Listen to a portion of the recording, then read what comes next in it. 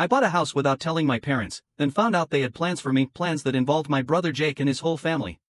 So, I cut them off. My name's Evan. I'm 29, live in Colorado, and I've spent most of my life watching Jake get everything handed to him on a silver platter while I got the scraps. He's 3 years older than me, and let me tell you, he's always been the golden child. Charming, smooth-talking, and able to convince our folks that water was dry if it suited him. Meanwhile, I've been the dependable one, which is just family code for the one who does all the work and gets none of the credit. But before we dive into all that, there's something else I need to talk about first, something that shaped me more than anything else, my marriage. Or rather, the end of it. It started back in college. Claire and I met during sophomore year. She was smart, funny, and seemed like someone who understood me in a way no one else did. We dated for 2 years, and by the time graduation rolled around, we were talking about forever. Marriage felt like the next logical step, so we tied the knot right after school ended. At first, things were great, or at least, they seemed that way. Claire supported me through my early struggles in finding a job, and I worked hard to provide for us both. But looking back now, I realize how much of myself I gave up trying to keep her happy. The cracks began to show about 2 years in. Claire started complaining about how busy I was with work, how I never had time for her anymore. I thought she was being unreasonable because, honestly, I was busting my ass to build a future for us. Then one night, everything came crashing down. I came home from a late shift at the office and caught her in bed with my best friend, Derek. Not just any kind of cheating, a full-on affair happening in our bed. When I confronted her, she didn't even deny it. Instead, she acted like I was the problem. "It's not a big deal," she said, sitting there half-dressed like nothing had happened. "You're always working anyway. It's not like you have time for me." That line hit me harder than anything else. Not only had she betrayed me, but she made it sound like I wasn't good enough for her. Like somehow I was the reason she cheated. We tried counseling for a few months afterward, mostly because I thought maybe we could fix things. But deep down, I knew it was over. The trust was gone, and without trust, what did we really have? Eventually, we filed for divorce. It was messy, expensive, and left me feeling like I'd failed at the one thing I thought I was supposed to get right. Our friends took sides, most of them siding with Claire, and suddenly I was the bad guy in everyone's eyes.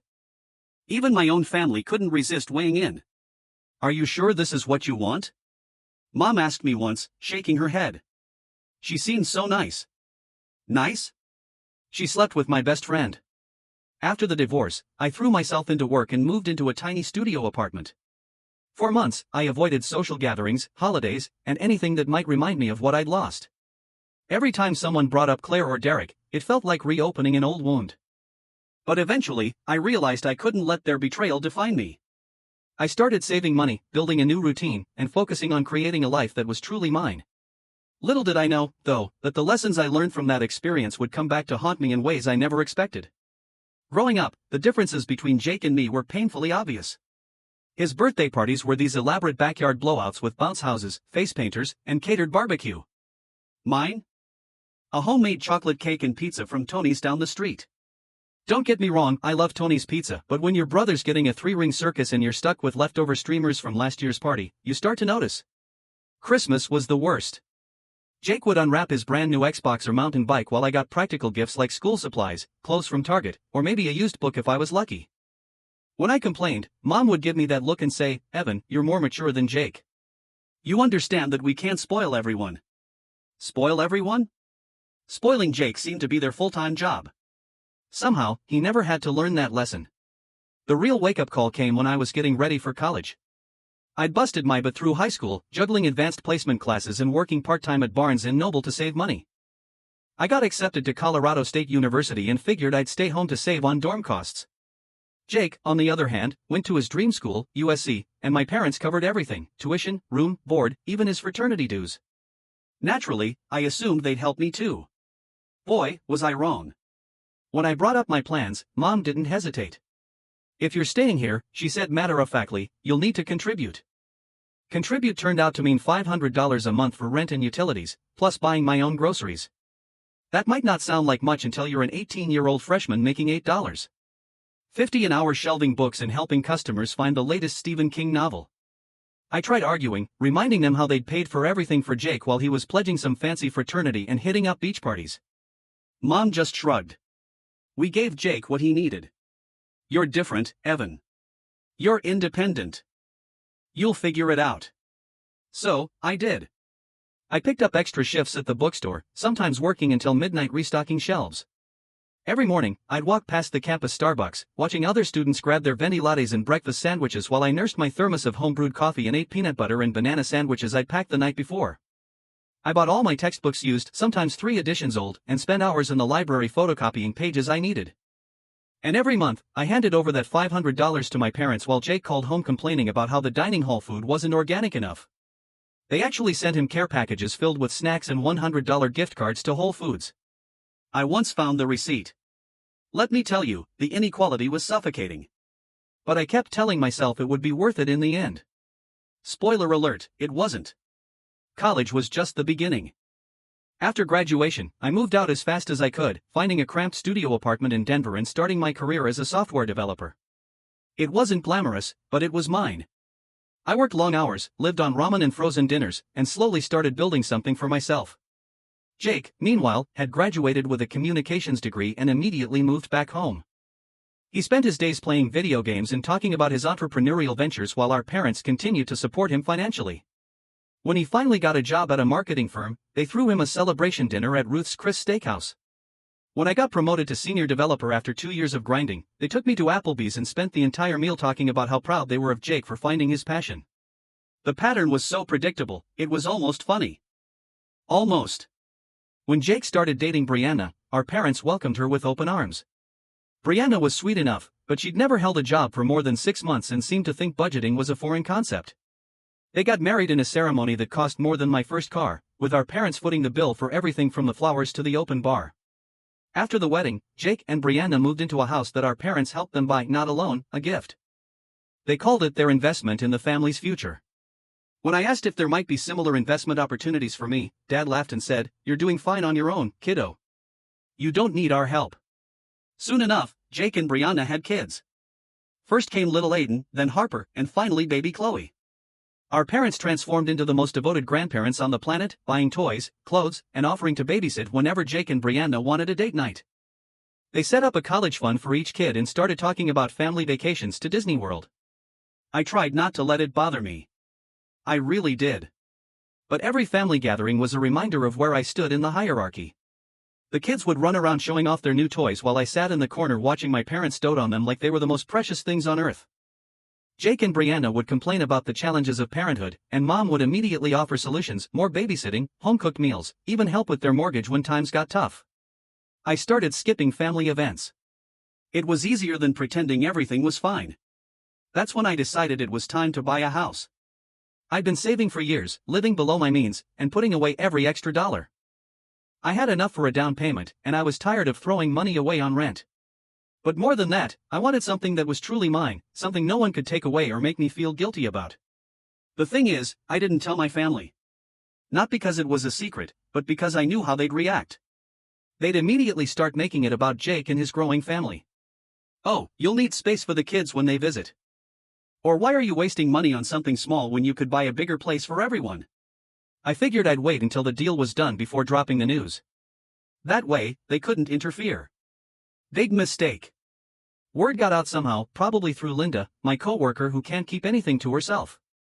She mentioned to someone at her yoga class that I was house hunting, and that someone happened to be Brianna's sister. Before I knew it, the news had traveled through the family grapevine faster than gossip at a high school reunion. The call came on a Thursday evening. I was at my desk reviewing code and trying to meet a deadline when my phone rang. "Evan," Mom chirped, her voice unnaturally cheerful. "Why didn't you tell us you're looking for a house?" I should have played dumb, but I was exhausted and didn't have the energy for games. "I'm just browsing around. Nothing serious yet." "Well, Jake and I have been talking, and we have some wonderful ideas for you. You're going to need something with at least 5 bedrooms, for the kids when they visit. And it would be perfect if you could find something near Jake and Brianna's neighborhood." I stared at my computer screen, trying to process what she just said. "Mom, I don't need 5 bedrooms. I'm looking for something small, just for me." "Oh, honey, you have to think bigger than that. This is a chance to really help the family. The kids are getting older, and Jake and Brianna's house is getting cramped. If you had a nice big place, they could visit more often, and we could all spend more time together." I rubbed my temples, feeling a headache coming on. I'm not looking for a place for Jake's family to visit. I'm looking for a place for me to live. Don't be silly, Evan. Family is what matters most. You'll want space for everyone. After I hung up, I sat in the dark for a long time, staring at my laptop screen. I should have expected this. Nothing in my family was ever just about me. The next day, the house listings started flooding in. Mom and Brianna had apparently appointed themselves as my personal real estate team, sending me links to massive houses with swimming pools, guest suites, and price tags that made my eyes water. Every single one came with detailed explanations about how perfect it would be for family gatherings. Look at this one, Brianna texted with a link to a 6-bedroom colonial. The kids would love that backyard, and there's even a separate entrance for the in-law suite. I muted the group chat and kept looking on my own. I wanted something cozy, something that felt like home.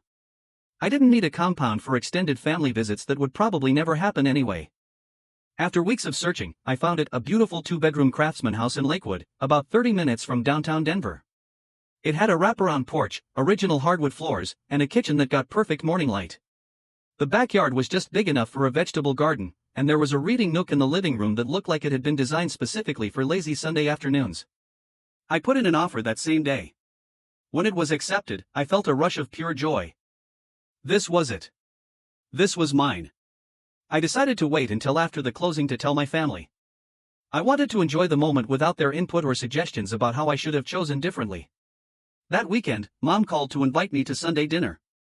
We're having pot roast, she said. And we want to talk about your house search. I almost said no, but then I thought about how satisfying it would be to announce that I'd already bought a house. Let them realize that their input wasn't necessary. Sure, I said. I'll be there. I had no idea I was walking into an ambush. I arrived at my parents' house in Thornton at exactly 6 p.m. on Sunday, mentally preparing myself for whatever lecture they had planned. The smell of pot roast filled the air, and I could hear the kids playing in the living room. Aiden was 7 now, Harper was 5, and little Chloe had just turned 2. Jake was sprawled on the couch, scrolling through his phone while Brianna chased Chloe around the coffee table. My parents were in the kitchen, putting finishing touches on dinner. It was the same scene I'd walked into 100 times before, but something felt different. There was an energy in the air, like everyone was waiting for something. Evan, Mom called out a little too brightly. Perfect timing. We're just about ready to eat. We gathered around the dining room table, and for the first few minutes, everything seemed normal. Dad complained about the Broncos' latest losing streak. Jake talked about some project at work, and Brianna shared cute stories about the kids. I started to relax, thinking maybe this would just be a regular family dinner. Then Mom set down her fork and cleared her throat. So, Evan, she said with that smile that never reached her eyes, we've been doing some research, and we think we've found the perfect house for you. Here we go, I thought. It's a gorgeous 5-bedroom house in Arvada, just 10 minutes from Jake and Brianna's place. It has a huge backyard for the kids, a 3-car garage, and even a basement that Jake could turn into his home office. I blinked. His home office? Well, you know how cramped they are, Mom continued, as if this was the most reasonable thing in the world. The kids are sharing rooms, and Jake doesn't have anywhere quiet to work. If you had a bigger place, they could spread out when they visit. Visit? I repeated, though I was starting to get a sinking feeling about where this was going. Brianna jumped in, practically bouncing in her seat. We've been talking about it, and it makes perfect sense. You have all this space, and we need more room for the kids to grow. We could probably stay with you most weekends, and maybe even longer during the summer. I stared at her, then at Jake, who was nodding along like this was a completely normal suggestion. You want to move in with me? Not move in, Jake said quickly. Just visit a lot, you know, like family does. It would be so perfect. Mom continued, the kids would have their own space, and you'd finally have a house full of life and laughter. Plus, you'd be helping your brother's family, which is what families do. I felt like I was in some kind of alternate reality. They were talking about my house, a house I hadn't even told them I'd bought yet, like it was a solution to everyone's problems but mine. Actually, I said, setting down my fork, I already bought a house. The room went dead silent. Even the kids stopped making noise in the living room. What? Mom's voice was sharp. I bought a house, I repeated. It's a 2-bedroom craftsman in Lakewood. I closed on it last week.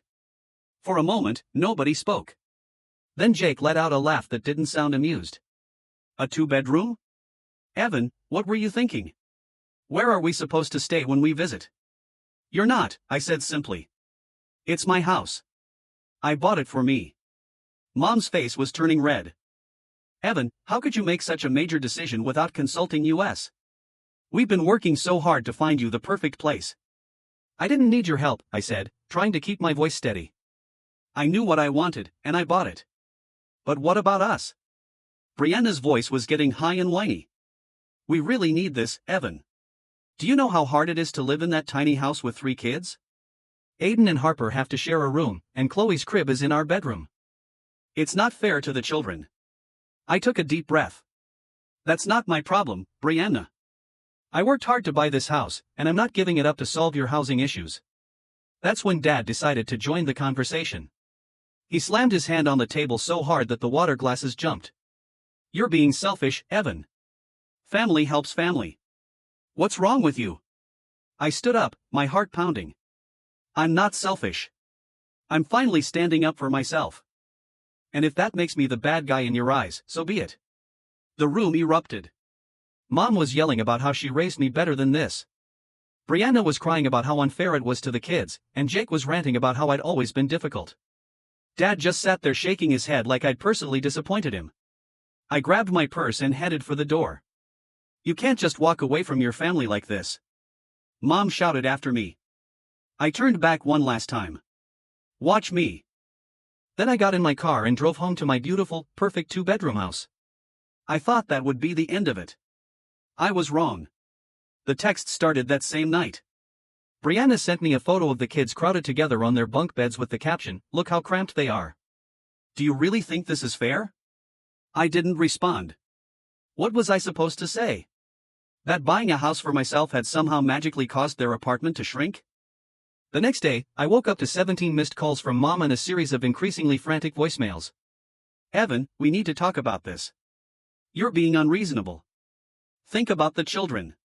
Jake chimed in with his own guilt trip. I thought family mattered to you, but I guess I was wrong. Mom couldn't even sleep last night because of how upset she is. I muted their numbers and tried to focus on work, but it was hard to concentrate when my phone kept buzzing with notifications. They'd moved on to Facebook, posting passive-aggressive messages about family loyalty and sacrifice. Brianna shared a photo of the kids with the caption, "Some people forget where they came from. Family sacrifice is everything for you, and this is how you repay them." The comments were brutal. People who didn't know the full story were calling me selfish and ungrateful. My own aunt, who I hadn't spoken to in years, called to lecture me about putting family first. I heard about what's happening with Jake, she said. Can't you find it in your heart to help? Family comes first, Evan. This was the same aunt who'd forgotten my birthday every year growing up. But sure, now she wanted to talk about family loyalty. I blocked her number and kept going, but the harassment was taking its toll. Every notification made my stomach clench. Every family photo on social media felt like a personal attack. I started avoiding my coworkers because I was afraid someone would bring up the drama. The worst part was the doubt. Late at night, lying in my beautiful new house, I'd wonder if they were right. Was I being selfish? Should I have bought a bigger place? Was I really the villain in this story? But then I'd walk through my house, looking at the reading nook I created and the kitchen where I could make coffee without worrying about waking anyone up. And I'd remember why I'd bought this place. It was mine. For the first time in my life, I had something that was completely, unequivocally mine. The breaking point came when Jake and Brianna showed up at my house uninvited. I was in the backyard trying to plant tomatoes, something I'd always wanted to do but never had the space for, when I heard car doors slamming in my driveway. I looked up to see all three kids running toward my back gate while Jake and Brianna followed behind, carrying overnight bags. Surprise! Brianna called out cheerfully. We thought we'd come for a visit. I stood up, dirt on my hands and murder in my heart. I don't remember inviting you. Come on, Evan, Jake said, rolling his eyes. We're family. We don't need formal invitations. Actually, you do, I said, blocking their path to my back door. This is my house. Don't be like that, Brianna said, tears already forming in her eyes. The kids have been so excited to see your new place. Look how happy they are. Aiden and Harper were indeed running around my yard, but they were trampling my herb garden and pulling flowers out of the planters I'd just arranged. Little Chloe was sitting in my tomato patch, making mud pies with the dirt I'd just prepared. Get them out of my garden, I said, my voice dangerously calm. They're just kids, Jake said. They're not hurting anything. They're destroying my plants. Get them out now. Brianna started crying harder. I can't believe you're being so mean to children. They just wanted to see their uncle's house. I looked at Jake, who was checking his phone like this was no big deal. I looked at Brianna, who was using her kids as emotional weapons. I looked at the kids, who were turning my carefully planned garden into a disaster zone. And I made a decision. Get out, I said. What? Jake looked up from his phone. Get out of my house. Get out of my yard. Take your kids and leave. We drove all the way over here. I didn't ask you to come. I didn't invite you. This is my house, and I want you gone. Fine, Jake said, finally looking annoyed. But don't expect us to keep trying to include you in this family. You're making your choice. Yes, I said. I am. They left, but not before the kids had tracked mud through my house and Chloe had broken one of my picture frames. I spent the rest of the day cleaning up the mess and replanting the flowers they destroyed. That night, I changed my locks and seriously considered getting a security system. I thought things couldn't get any worse. I was wrong about that, too. After I changed my number and blocked them on social media, the harassment stopped for a while. I started to hope that maybe they've finally gotten the message. I threw myself into work, spent weekends fixing up my house, and even started dating again. For the first time in months, I felt like I could breathe. That's when Mom showed up at my door with a peach cobbler and a smile that didn't reach her eyes. Hi, honey, she said, like we just talked yesterday instead of weeks ago. I thought I'd stop by and see how you're doing. I stood in the doorway, debating whether to slam the door in her face or hear her out. Against my better judgment, I let her in. She set the cobbler on my kitchen counter and looked around the house like she was taking inventory. This is lovely, Evan. You've done a wonderful job. Thanks, I said, waiting for the other shoe to drop. I wanted to apologize, she said, sitting down at my kitchen table. Things got a little heated, and I realized we were wrong to pressure you. You've worked hard for this house, and I should have respected your decision. For a moment, I felt myself softening. Maybe she really was trying to make amends. I've been thinking, she continued. Maybe we could have a fresh start. I'd love to come visit again sometime. Maybe bring Jake and the kids. They'd love to see your place. And there it was. I don't think that's a good idea, I said carefully. Things are still pretty tense. Of course, I understand, she said. But her smile was getting tighter. But it would be nice for the family to see what you've accomplished, and the kids would love that backyard. I noticed how her eyes kept darting around the room, like she was measuring the space. How she asked detailed questions about my security system and whether I had a spare key hidden anywhere. After she left, I couldn't shake the feeling that something was off. The timing seemed too convenient. She'd spent weeks harassing me, and the second I cut them off, she suddenly wanted to make peace. I decided to trust my instincts. I installed a security system with cameras, changed my locks again, and made sure all my windows were secure. 3 days later, I found out why. I'd gone out to run errands, groceries, a stop at Home Depot, picking up dry cleaning, normal Saturday morning stuff. I got home around noon, arms full of shopping bags, and immediately noticed Jake's SUV parked in my driveway. My heart started racing. I fumbled with my keys, trying to get the door open. And that's when I heard them inside. Voices, laughter, the sound of kids running around. I pushed open the door and found Jake, Brianna, and all 3 kids making themselves at home in my living room. They'd brought luggage. They were unpacking. What the hell is going on? I demanded. Oh, hey, Evan, Jake said, like this was perfectly normal. We decided to move in while you were out. Mom gave us the key. Move in? I stared at him. Are you insane? Don't be dramatic, Brianna said, pulling clothes out of a suitcase. We really need the space, and your house is perfect for us. Mom said you'd understand. Mom doesn't live here. I shouted. I do. Look, Evan, Jake said in that condescending tone he perfected as a kid. You're single. You don't need all this space. We have 3 kids. It makes sense. I pulled out my phone and started dialing 911. Seriously? Brianna said. You're calling the cops on your own family? Watch me, I said. When the police arrived, Jake and Brianna tried to explain that they were family, like that gave them squatters' rights. The officers weren't impressed. They told them they were trespassing and needed to leave immediately. This is ridiculous, Jake muttered as he packed up their stuff. We're your family. No, I said, watching them load their luggage back into their SUV. Family doesn't break into each other's houses. After the police incident, I thought they'd finally get the message. I was wrong. The next week brought a new level of crazy. Mom called my workplace, crying to my boss about how I'd abandoned my family. Brianna posted on social media about how I'd called the police on innocent children. Jake even showed up at my gym, trying to corner me in the parking lot to talk sense into me. I'd had enough. I called a lawyer and had cease and desist letters drafted for all of them. The letter spelled out everything they'd done, the harassment, the break-in, the social media attacks, and made it clear that any further contact would result in legal action. But that wasn't enough for me anymore. I was done being the victim in their story. I started documenting everything. Screenshots of their social media posts, copies of their text messages, photos of the damage they'd done to my garden. I created a detailed timeline of their harassment and kept records of every interaction. Then I did something I'd never done before. I fought back. I posted my own social media update, calmly explaining my side of the story. I didn't name names, but I laid out the facts that I bought a house for myself, that certain family members had expected me to house them for free, and that when I refused, they'd launched a campaign of harassment that included breaking into my home. The response was overwhelming. Friends I hadn't heard from in years reached out to offer support. Co-workers who'd heard whispers about the drama came forward to say they'd been in similar situations.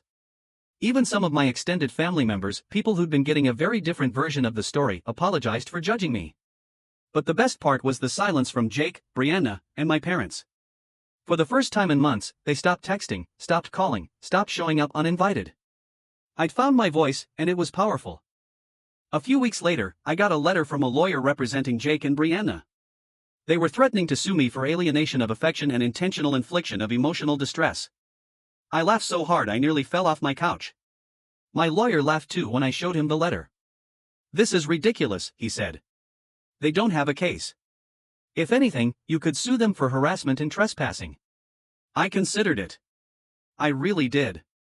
But in the end, I decided I'd rather spend my energy on building my new life than tearing down their old assumptions. I kept the house. I kept the boundaries. And I kept the lesson I'd learned. Sometimes the family you choose is better than the family you're born into. Today, I'm sitting in my reading nook, drinking coffee from my favorite mug, looking out at the tomato garden that I replanted, and that's now thriving. The morning light is streaming through my windows, and for the first time in my adult life, I feel completely at peace. My phone is quiet, my house is mine, and I'm finally truly free. Sometimes people ask me if I miss my family. The honest answer is that I miss the family I thought I had, but I don't miss the family I actually had. I miss the idea of parents who would celebrate my achievements, a brother who would support my dreams, and a place at the table where I mattered. But I've learned that you can't miss what you never really had. And what I have now, my beautiful house, my peace of mind, my self-respect, is worth more than all the family dinners in the world. So to anyone out there dealing with something similar, your life is your own. Your dreams matter. Your happiness counts. And sometimes the best thing you can do for yourself is to stop waiting for other people to see your worth and start living like you already know.